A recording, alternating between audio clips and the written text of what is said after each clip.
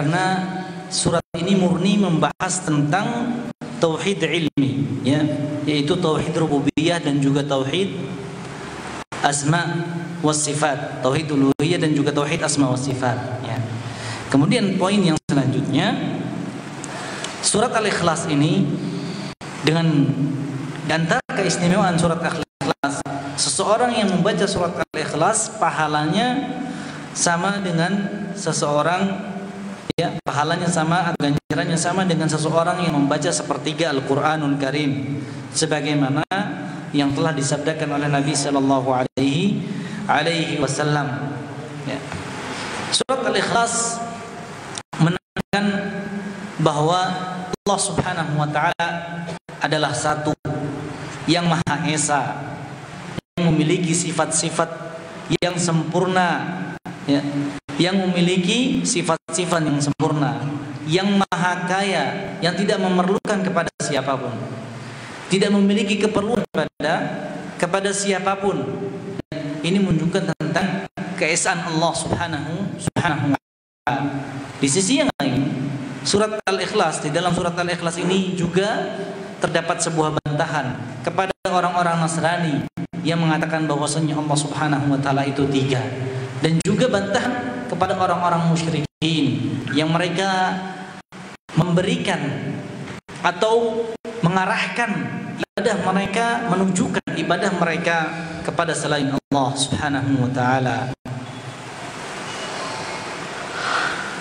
هذه السورة يأمر الله تبارك وتعالى نبيه فيقول قل يا رسولنا هو الله أحد، أي الله جل وعلا المتفرد، فليس له في أسمائه وصفاته وربوبيته وألوهيته ند ولا مثيل، فهو أحد يعني واحد في أربعة أشياء. في أسمائه واحد، ليس له أسماء، ليس لأسمائه نظير ولا شبيه. واحد في صفاته، فصفاته ليست لها نظير ولا شبيه. في أفعاله ليس لها نظير ولا شبيه. في أسمائه وأفعاله وصفاته وذاته ليس لذاته شبيه ولا نظير. الله واحد ليس له نظير ولا شبيه في هذه الأمور الأربعة، في أسماء، في الصفات، في الأفعال، في الذات. تفرد الله جل وعلا بهذه الأمور الأربعة. Qul huwallahu ahad. Ini adalah ayat yang pertama dari surat Al-Ikhlas, di mana Allah Subhanahu wa taala memerintahkan nabinya, katakanlah wahai Nabi Muhammad bahwasanya Allah Subhanahu wa taala itu esa. Bahwasanya Allah Subhanahu wa taala itu satu. Satu dalam perkara apa? Esa dalam perkara apa? Dalam 4 perkara sebagaimana yang telah dijelaskan oleh Syekh Hafizahullah taala. Perhatikan ya, kawan. Perhatikan ya. Ana ulangi, di sini Allah Subhanahu wa taala memerintahkan nabinya, wahai Nabi Muhammad, katakanlah bahwasanya Allah Subhanahu wa taala itu esa, bahwasanya Allah Subhanahu wa taala itu satu, artinya tidak memiliki tandingan, tidak memiliki keserupaan dengan siapapun, ya, tidak memiliki tandingan dan tidak memiliki keserupaan dengan siapapun. Karena Allah Subhanahu wa taala tidak ada yang serupa dengannya, tidak ada yang setara dengannya, tidak ada tandingannya, ya. Beliau adalah satu, ya.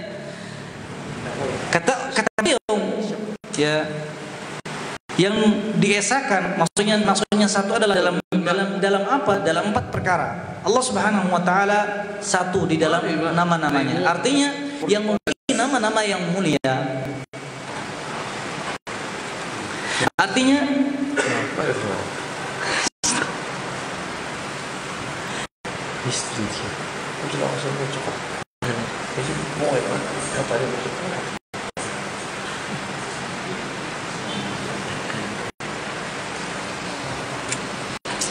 kata beliau, ya, di sini Maknanya maksudnya adalah Allah Subhanahu wa taala esa di dalam nama-namanya. Artinya tidak ada yang memiliki nama-nama yang mulia seperti Allah Subhanahu wa taala. Karena Allah Subhanahu wa taala tidak ada tandingannya. Allah Subhanahu wa taala juga tidak mirip dengan siapapun. Ini yang pertama ya ikhwan, ya. Esa di dalam nama-namanya. Kemudian yang kedua, esa juga di dalam sifat-sifatnya. Tidak ada yang menyerupai Allah Subhanahu wa taala di dalam sifat-sifatnya, ya. Ketika Allah Subhanahu wa taala menetapkan sifat untuk dirinya, maka harus kita yakini bahwasanya tidak ada keserupaan dengan siapapun. Sifat Allah Subhanahu wa taala sesuai dengan keagungannya. Tidak ada yang serupa dengan Allah dalam sifat-sifatnya. Kemudian yang ketiga, Allah Subhanahu wa taala juga esa dalam perbuatannya. Tidak ada yang menandingi Allah Subhanahu wa taala dalam tindakan dan pekerjaan dan perbuatan yang Allah Subhanahu wa taala lakukan. Tidak ada yang serupa perbuatannya dengan perbuatan Allah Subhanahu wa taala dalam penciptaan, dalam pengaturan, ya, dan juga yang lainnya. Selanjutnya yang keempat, setelahnya yang keempat, Allah Subhanahu wa taala esa di dalam zatnya, dalam wujudnya, dalam bentuknya. Tidak ada yang serupa dengan Allah Subhanahu wa taala di dalam bentuknya. Tidak ada keserupaan Allah Subhanahu wa taala dengan yang lain. Karena Allah Subhanahu wa taala di sini menegaskan bahwasanya Allah Subhanahu wa taala itu esa, bahwasanya Allah Subhanahu wa taala itu satu, bahwasanya Allah Subhanahu wa taala itu sendirian. Tidak ada yang memiliki keserupaan dengan Allah dari nama-namanya. Tidak ada yang memiliki keserupaan dengan Allah Subhanahu wa taala dari sifat-sifatnya. Tidak ada yang memiliki keserupaan dengan Allah Subhanahu wa taala dalam perbuatan-perbuatannya, dan juga tidak ada yang memiliki keserupaan dengan Allah Subhanahu wa taala dalam zat dan bentuk serta wujudnya. Allahus Samad, ay Allahu هو الكامل في أسمائه وصفاته، الكامل في سؤدده ونعوته. ومن معاني الصمد الذي تصمد إليه الخلائق وتفزع في حاجاتها. فالله غني عن جميع المخلوقات لأنه صمد كامل، ولكن المخلوقات محتاجة إليه، تصمد إليه، تفزع إليه، وتطلب حاجاتها منه. Ayat yang kedua, kata Allah, Allahus Samad. Allah Subhanahu wa taala adalah tempat kembalinya seluruh makhluk-makhluknya. Di sini ketika beliau menjelaskan tentang kata As-Samad, artinya adalah Allah Subhanahu wa taala yang maha sempurna di dalam nama-nama dan sifat-sifatnya. Allah Subhanahu wa taala maha sempurna di dalam ketuhanannya. Allah Subhanahu wa taala maha sempurna di dalam sifat-sifatnya. Ya, tidak ada yang serupa dengan Allah Subhanahu wa taala, tidak ada yang menandingi Allah. Dan di antara makna dari kata As-Samad atau dari nama Allah, dari As-Samad, ya, di antaranya adalah bahwa Allah Subhanahu wa taala menjadi tempat kembali seluruh makhluk-makhluk. Apa artinya? Artinya adalah Allah Subhanahu wa taala maha kaya, tidak membutuhkan pada siapapun. Sebaliknya, siapapun butuh dengan dia. Siapapun butuh dengan Allah Subhanahu wa taala. Karena Allah Subhanahu wa taala sempurna dengan sendirinya. Ya, yang membutuhkan itu adalah yang memiliki kekurangan, dan Allah Subhanahu wa taala tidak memiliki kekurangan sedikit pun. Allah Subhanahu wa taala maha sempurna. Kita semua kembali kepada Allah. Kita semua butuh dengan Allah Subhanahu wa taala, sementara Allah tidak butuh dengan kita. Ini di antara makna kalimat atau kata atau nama As-Samad. لم يلد ولم يولد. لم نفي، لم يلد ليس له ولد، ولم يولد الله تبارك وتعالى لم يولد ليس له أب، وذلك لأن الله غني فلا يحتاج إلى أبناء وأولاد، فهو لم يلد، لا يحتاج إلى أولاد. وهو كذلك لأنه هو الأول وليس قبله شيء، فلم يولد، ليس له أصول أب وأجداد وليس له فروع. فالله غني لا يحتاج إلى هذه الأشياء التي يحتاجها البشر.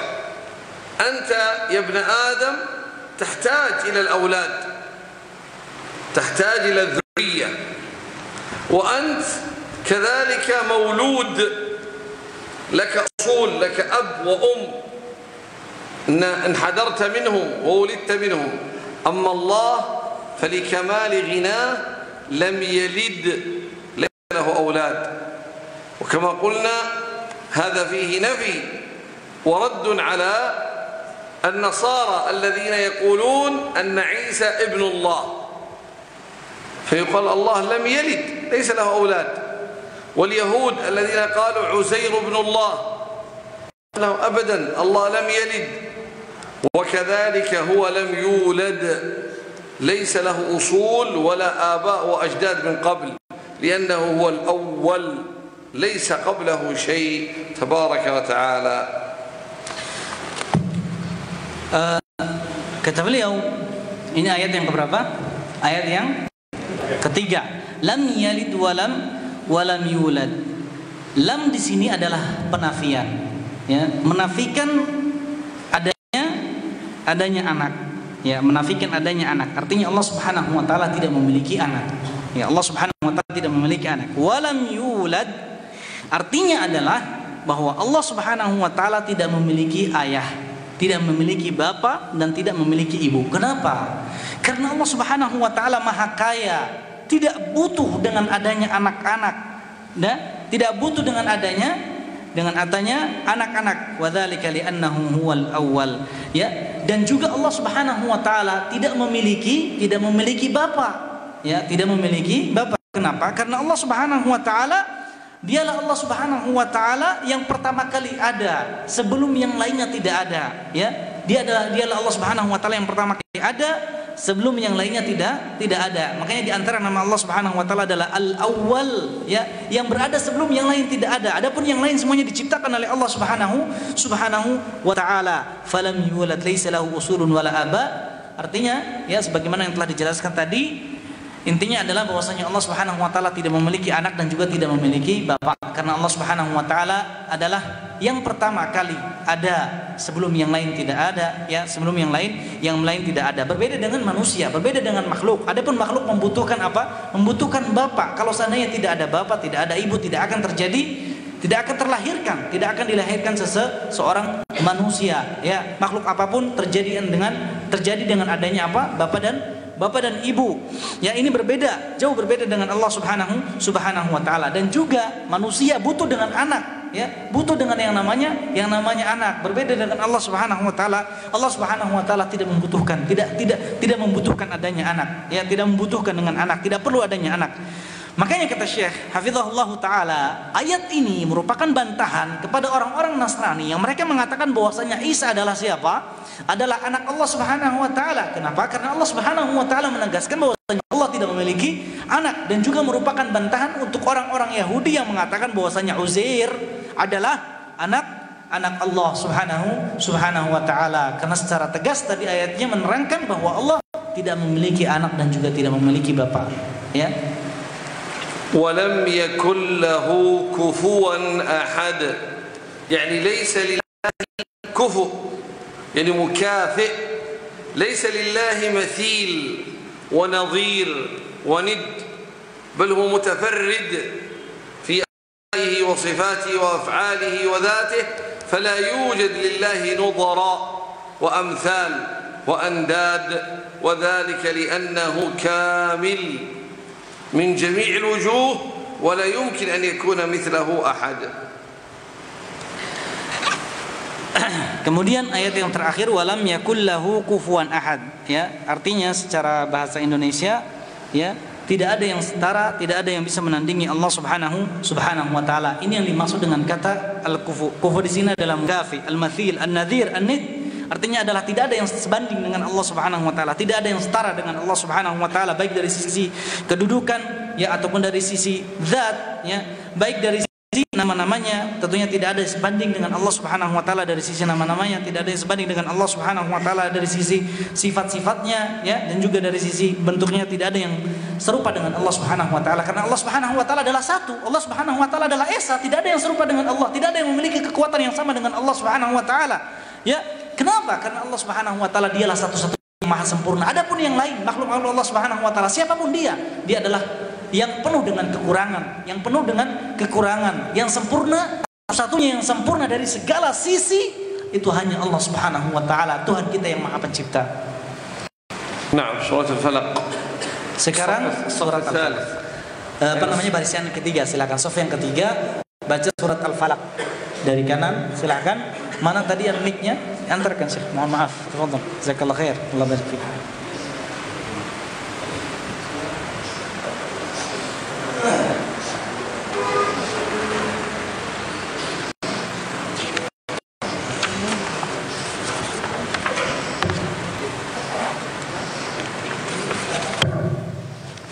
نعم قل أعوذ برب الفلق